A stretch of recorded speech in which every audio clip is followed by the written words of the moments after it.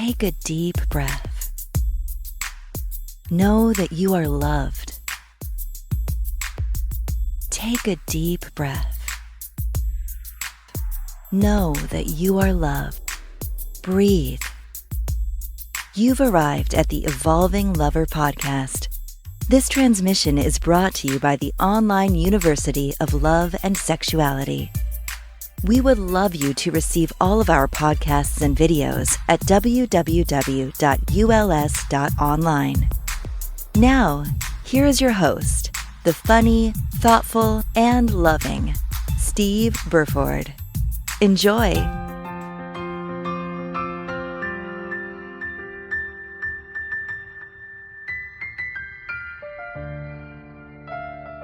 We're at number 90, so 10 more to go, and we're at 100 podcasts. Thank you for being with us. Today, I'm going to be ranting on my own. I think this is the third time I've done it. I know I've spoken a couple of times about my brain orgasms on my forehead, which was one of the most downloaded podcasts we have. That's podcast 59 if you want to go back and look at that one. So today, I'm going to be talking about what I think the spiritual journey is in relationships. Whether you're single or not, it doesn't really matter. This is kind of my perspective on it. And I'm also gonna talk a little bit about my coming thoughts on artificial intelligence, which may be a bit off topic, but I actually don't think it is. It kind of ties in because I watched Elon Musk's documentary on this. I don't know if it's his, but he was on it. It's on his Twitter feed. It was free up until a couple of days ago, but now it's $3.99. I do recommend watching it, but yeah, I'll come back to that in a moment. So, my view on the spiritual journey in this life and how it relates to relationships and relating, to be more specific, is that I think we overcomplicate what the spiritual journey is. With religion and in culture, there's so many different spiritual things going on, from yoga to tantra to meditations to all different types of things. My whole thing is that I think we were born and we had layers on us. You could have this named as like layers of an onion. If you think of yourself like an onion, and every layer of that onion is another piece of assholiness. And then you have to go through your adult life and your teenage life, but mostly in your adult life, getting rid of the layers of that onion.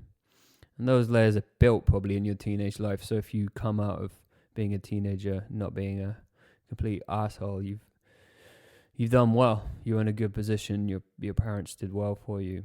So from my experience and in this life, in my own relationships, but also just listening to so many other people talk about it, is that in relationships and relating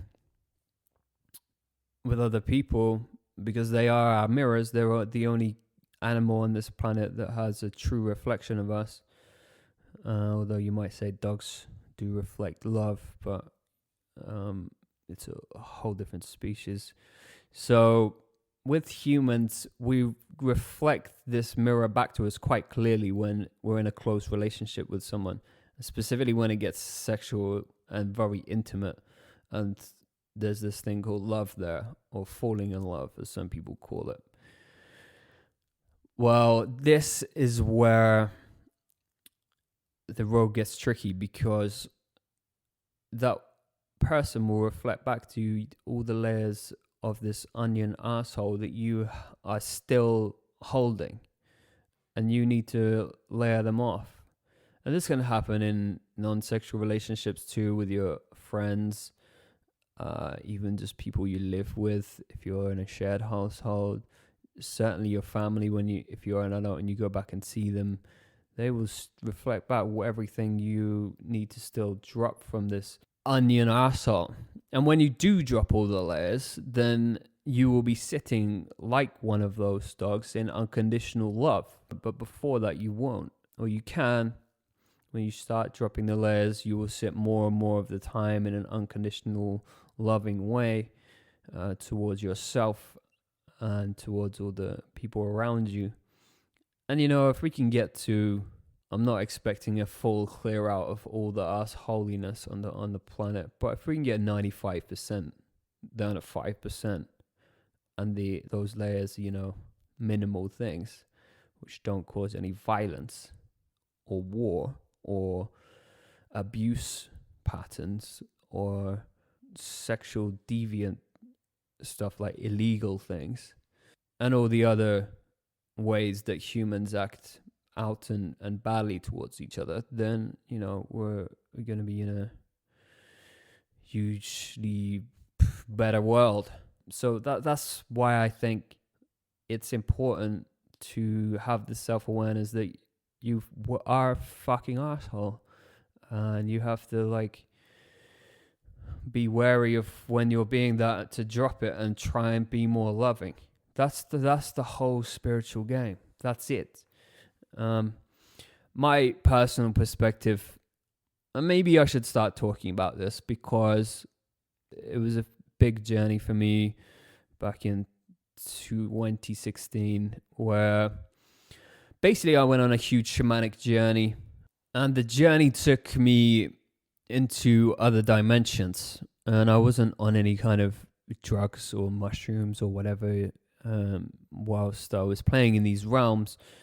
But essentially the journey took me on finding more about my inner masculine and my inner feminine, and I was working with a shaman in Colorado in the United States.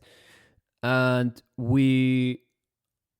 what I discovered, and she already knew about it, though she didn't tell me till quite late in the journey with her, that there are beings in other dimensions above us, above in the third dimension, that were stopping us reaching our true potential as human beings, and they were limiting us. And it soon became clear to me that this was the case through working with her and being kind of quote unquote attacked by them multiple times, sometimes, well, usually daily for a year, while we were working out what to do with the problem.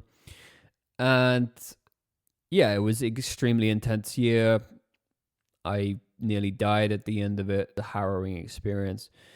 And then post me doing all that work in the other dimensions, I found out other people had been talking about the same thing. Even Yogi Guru Sri Aurobindo, who wrote, but he didn't actually write it. He wrote many notes on yoga, and his disciples of his lineage have created books called Notes on Yoga, and he talks about it in his books. And he speaks about the fact that these beings were known since the early ages, in the Egyptian times and before, where they would stop humans from reaching their full potential.